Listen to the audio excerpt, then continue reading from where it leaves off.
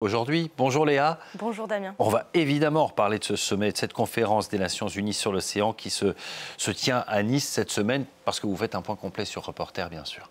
Oui, alors c'est le grand rassemblement international pour la protection des océans et c'est notre journaliste Hortense Chauvin qui est sur place depuis lundi. C'est des milliers de délégués internationaux de plus de 160 pays, des ONG, des scientifiques, des entreprises, des représentants d'État, des chefs d'État. Macron y était encore hier. Et ils ont de quoi discuter parce que les océans et leur biodiversité sont plus que jamais menacés. De quelles menaces on parle ? Alors déjà, on peut parler de ce qui s'est passé fin avril. L'administration Trump a autorisé, en dehors de tout cadre juridique international, l'exploitation minière des abysses. Vous savez, c'est ces zones profondes dans les océans et qui sont très riches en biodiversité, mais aussi en minerais, donc forcément convoitées.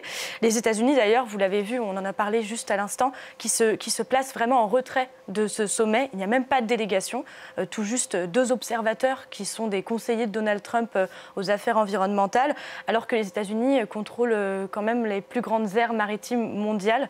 Donc c'est d'autant plus problématique parce qu'on est vraiment dans l'urgence aujourd'hui.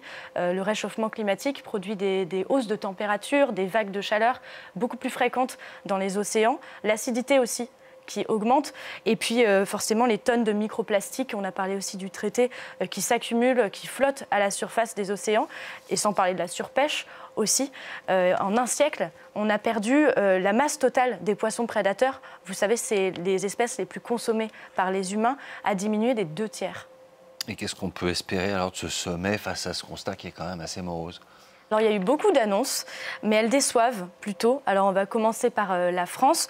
La France a annoncé de plus vastes zones maritimes placées sous protection forte, interdites aux chaluts de fond. On passerait de 5% à 15% d'aires maritimes sous ce régime de protection forte. Et puis, il y a aussi l'annonce de cette plus vaste aire maritime protégée en Polynésie. Alors, sur le papier, ça sonne bien. Oui. Voilà. Mais sauf que selon plusieurs ONG, notamment l'association Bloom, qui milite pour la protection des aires maritimes, ces annonces sont une imposture. Et pourquoi ? Alors déjà parce qu'une partie de ces zones était déjà interdite aux chaluts de fond depuis plusieurs années et surtout parce que le terme utilisé par la France, protection forte, en fait il n'existe pas vraiment, c'est pas un régime, ça veut rien dire, quoi. En tout cas c'est pas un régime qui est reconnu dans la littérature scientifique pour la protection des aires marines. En réalité, pour qu'une aire marine soit véritablement protégée, il faut qu'elle soit placée sous protection élevée ou intégrale, en excluant la pêche industrielle. Sauf que là, on est un peu dans le flou avec ce terme de protection forte, parce qu'en fait, il pourrait y avoir des navires industriels qui exploitent ces zones avec des pratiques assez destructrices, comme la seine démersale. En fait, c'est un filet qui est déployé en entonnoir et qui rabat un très grand nombre de poissons pour ensuite les extraire. Donc ça, c'est pour la France. Et puis, au niveau international, on attend à la fin du sommet la publication de la déclaration de Nice, donc une déclaration politique. On y a déjà accès, elle est déjà en grande partie écrite. Et déjà, elle déçoit un peu, puisqu'elle fait surtout de la réaffirmation d'engagement pour la protection des océans. Et puis, de toute façon, c'est un texte qui n'est pas contraignant. Ça veut dire quoi ? Que ce sera sans effet, ce sommet de Nice ? Alors non, tout n'est pas acheté, bien sûr, sur ce sommet. Déjà, on peut espérer que davantage de pays s'engagent pour un moratoire sur l'exploitation minière des abysses. On en a parlé avec les États-Unis, c'est très convoité pour les minerais. Et le sommet, il pourrait aussi servir d'accélérateur pour la signature de certains traités. Donc la signature du traité contre la pollution plastique dont vous avez parlé. Et puis surtout celui sur la protection de la haute mer. La haute mer, vous savez, c'est des zones éloignées dans les océans et qui échappent en fait aux juridictions nationale, donc c'est un peu le Far West, c'est ce que disait Emmanuel Macron hier, avec plus de 60 pays aujourd'hui, au cours de ce sommet, qui se sont engagés pour ratifier et donc la possibilité que ce traité entre en vigueur prochainement. Et puis, il reste quand même beaucoup de marge à améliorer malgré ces espoirs sur ces traités. On rappelle que les Nations Unies a fixé un objectif de 30% des océans protégés d'ici 2030, on en est très loin. Aujourd'hui, on est autour de 3%. Et ce sommet, il prouve aussi qu'il y a une vraie prise de conscience de la part des populations et des dirigeants. Il faut juste écouter les scientifiques maintenant pour prendre des décisions. On a parlé donc de ce sommet. On quitte les océans pour une autre actualité brûlante cette fois. Vous décrivez dans Reporter des scènes d'apocalypse provoquées par des incendies gigantesques au Canada.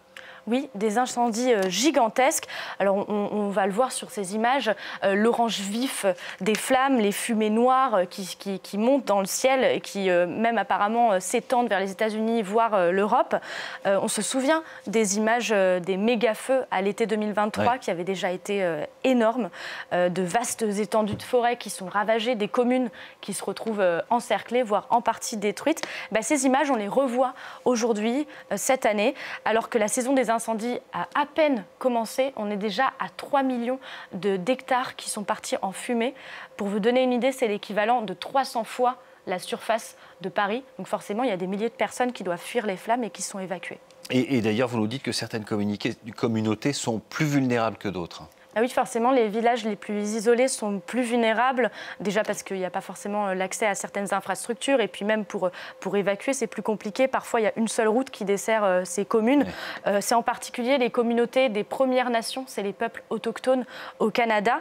Ils vivent pour la plupart dans des zones qui sont déjà fortement exposées aux incendies, et leurs moyens pour prévenir ces incendies et pour y faire face sont limités.